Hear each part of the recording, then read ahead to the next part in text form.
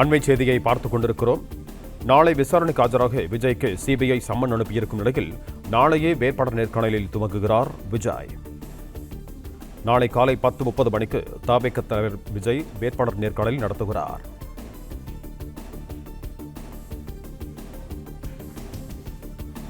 இருபதுக்கும் மேற்பட்டோரிடம் மட்டும் விஜய் நாளை நேர்காணல் நடத்துவார் என தகவல் வெளியாகி இருக்கிறது.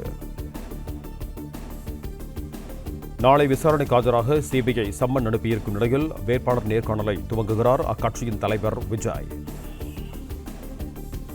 கரூர் பிரச்சாரத்தின் போது 41 பேர் பலியான வழக்கில் நாளை விசாரணைக்கு ஆஜராக விஜய்க்கு சிபிஐ மீண்டும் சம்மன் அனுப்பியிருந்தது.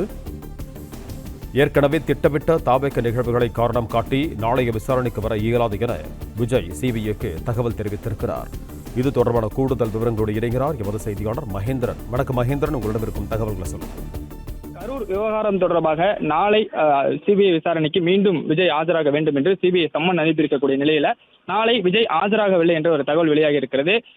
ஏற்கனவே திட்டமிடப்பட்ட நிகழ்ச்சிகள் இருப்பதால் விஜய் நாளை ஆஜராகவில்லை என்று தெரிவித்திருப்பதாக தகவல் வெளியாகி இருக்கிறது. குறிப்பாக ஏற்கனவே திட்டமிடப்பட்ட நிகழ்ச்சியாக இந்த நேர்காணல் நிகழ்ச்சி திட்டமிடப்பட்டிருந்தது.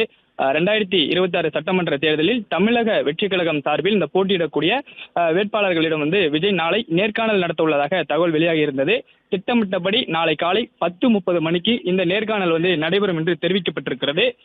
குறிப்பாக குறிப்பிட்ட சில தொகுதிகளில் போட்டியிடக்கூடிய நபர்களுக்கு மட்டுமே அழைப்பு விடுக்கப்பட்டிருப்பதாகவும் அவர்களிடம் மட்டுமே விஜய் நாளை நேர்காணல் நடத்த திட்டமிட்டுள்ளதாகவும் தகவல் வெளியாகி இருக்கிறது. சுமார் 20க்கும் மேற்பட்ட நபர்களிடம் மட்டுமே இந்த சட்டமன்ற தொகுதிகளில் தாங்கள் போட்டியிடக்கூடிய தொகுதிகளில் விருப்ப மனு அளித்தவர்களிடம் விஜய் நாளை நேர்காணல் நடத்த உள்ளதாக தகவல் வெளியாகி இருக்கிறது. கடந்த மாதம் 234 தொகுதிகளிலுமே தமிழக வெற்றி கழகம் சார்பில் போட்டியிடக்கூடிய வேட்பாளர்களுக்கு போட்டியிட விரும்புபவர்களுக்கு விருப்ப மனு தலைமை கழகத்தின் சார்பில் வழங்கப்பட்டிருந்தது. 234 தொகுதிகளிலும் இருந்துமே பலர் அதை போட்டியிட விருப்பம் தெரிவித்து விருப்ப மனுக்களை திரும்பவும் அளித்திருந்தார்கள். அதில் குறிப்பிட்ட சிலரை மட்டும் நாளை விஜய் நேர்காணல் நடத்தவிருக்கிறார். சிபிஐ சம்மன் அனுப்பியிருக்கக்கூடிய நிலையில நாளை சிபிஐ சம்மனுக்கு ஆஜராகாமல் விஜய் நேர்காணல் நடத்த திட்டமிட்டுள்ளதாக தகவல் வெளியாகி இருக்கிறது. பிளே ஸ்டோர் மற்றும் ஆப் ஸ்டோரில் இருந்து பாலிமர் செயலியை QR கோடு மூலம் பதிவிறக்கம் செய்யுங்கள். செய்திகளை உடனுக்குடன் பெறுங்கள்.